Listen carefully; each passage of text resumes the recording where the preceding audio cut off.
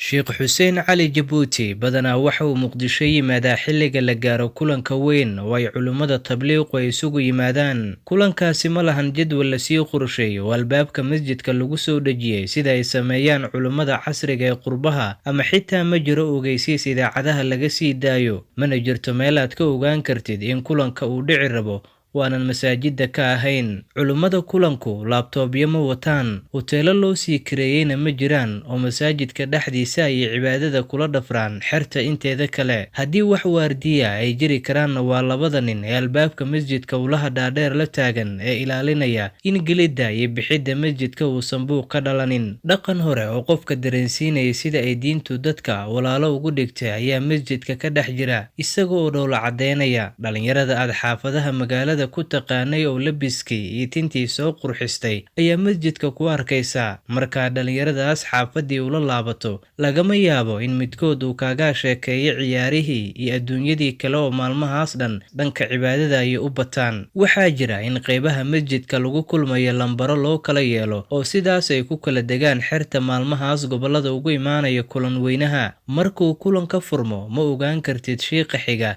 ee khudbeyn doona. Waxa sidaas loo sameynayana waa isduldhig tawaaduc iyo in kulanka la weyneeyo waanan shakhsi gaara la weyneynin. Masjidka Al-Hidaaya oo magaalada Muqdisho gediga ugu xageeya ee degmada Hilwa xaafadeeda Waxar Cadde ku yaala ayuu kulanku ka dhacaa. Waa meesha Muqdisho ay dadka ugu badan ee arrinta diinta la xiriirta ka tashanaya ay ku kulmaan. Sheekh Xuseen ayay dadka badankoodu hadal hayaan.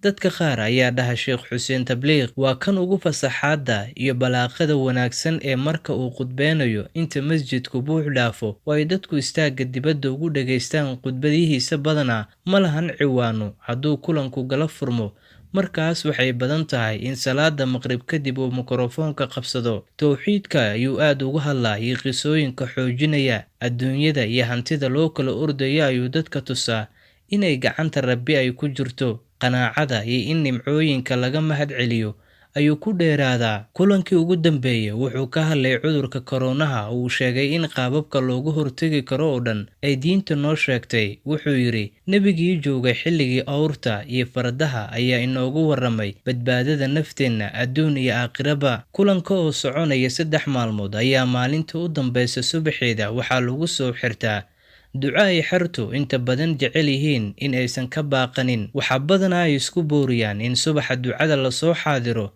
Markay ducadu dhammaato, waxaa xertii loo kala diraa gobolada dalka iyo qaar xitaa wadamada deriska la ah Soomaaliya, iyada oo loo eegayo qofka inta maalin ee uu qortay si uu diinta ugu shaqeeyo. Xerta isqorto looma ogola taleefanada waaweyn ee qadka laga galo, waxaana sidaas ugu bilaabanaya gudashada xil weyn oo u baahan in loo dhabar adeego. Adduunyada ku qanac inta aad ku haysato, balse cibaadada ha ku qancin inta aad haysato. Sheekh Xuseen waxaa maqaalkan aad ku dheer isla markaana quruxda badan boggiisa Facebook ku qoray Cabdirasaaq Xasan Jidhi.